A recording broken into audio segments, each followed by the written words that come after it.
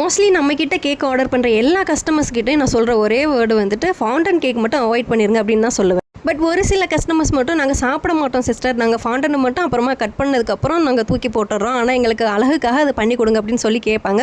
So அவங்களுக்கு மட்டும் நான் ஃபாண்டன் ஒர்க் பண்ணி கொடுப்பேன். இந்த சிஸ்டர் நம்மக்கிட்ட நியூவாக ஒரு கேக் ஆர்டர் பண்ணி அது பிடிச்சி போச்சு அப்படின்றனால அதே ஃப்ளேவரில் மறுபடியும் நம்மக்கிட்ட ஒரு கேக் ஆர்டர் பண்ணியிருந்தாங்க. 1 kgயில் பிளாக் ஃபாரஸ்ட்டில் அந்த பையனுக்கு பர்த்டே அப்படின்னு சொல்லிட்டு நம்மக்கிட்ட ஒரு கேக் ஆர்டர் பண்ணியிருந்தாங்க. கூடவே கப் கேக்கும் ஆர்டர் பண்ணியிருந்தாங்க. கப் கேக்குக்கு எனக்கு டிசைன் போட்டு இந்த க்ரீம்லேயே பண்ணி கொடுத்துருங்க, உங்களுக்கு என்ன ஃப்ளேவர் தோணுதோ அதில் நீங்கள் பண்ணிடுங்க அப்படின்னு சொன்னனால நானும் ஸ்வீட் ஆரஞ்ச் ஃப்ளேவரில் இந்த கப் கேக் பண்ணியிருக்கேன். அந்த கேக்கோட ஃபாண்டன் ஒர்க்லாம் நெக்ஸ்ட்டு உங்களுக்கு வீடியோவை அப்லோட் பண்ணுறேன். கப் கேக்கு எனக்கு வேணும்னு சொன்னனால அதையும் நான் பண்ணி ரெடி பண்ணி எடுத்துகிட்டு 9 பீசஸ் வந்தது. அதில் 6 வந்துட்டு கஸ்டமருக்கு வச்சுட்டு 3 வந்து நாங்கள் சாப்பிட்டுட்டோம். கஸ்டமர் இந்த பர்த்டே கேக்கு 1 மந்த்துக்கு முன்னாடியே எங்களுக்கு அட்வான்ஸ் ஆர்டர் கொடுத்துட்டாங்க. பட் கப் கேக் வந்துட்டு நாளைக்கு வேணும் அப்படின்னா இன்றைக்கி நைட்டு தான் நான் சொன்னனால எனக்கு லைனர் வந்து டக்குன்னு என்னால் ஆர்டர் போட்டு எடுக்க முடியல. நான் நார்மல் கப் கேக்கே பண்ணிக்கிட்டேன். அவ்வளோ சாஃப்டாக இருந்தது, சூப்பர் சாஃப்டாக இருந்தது.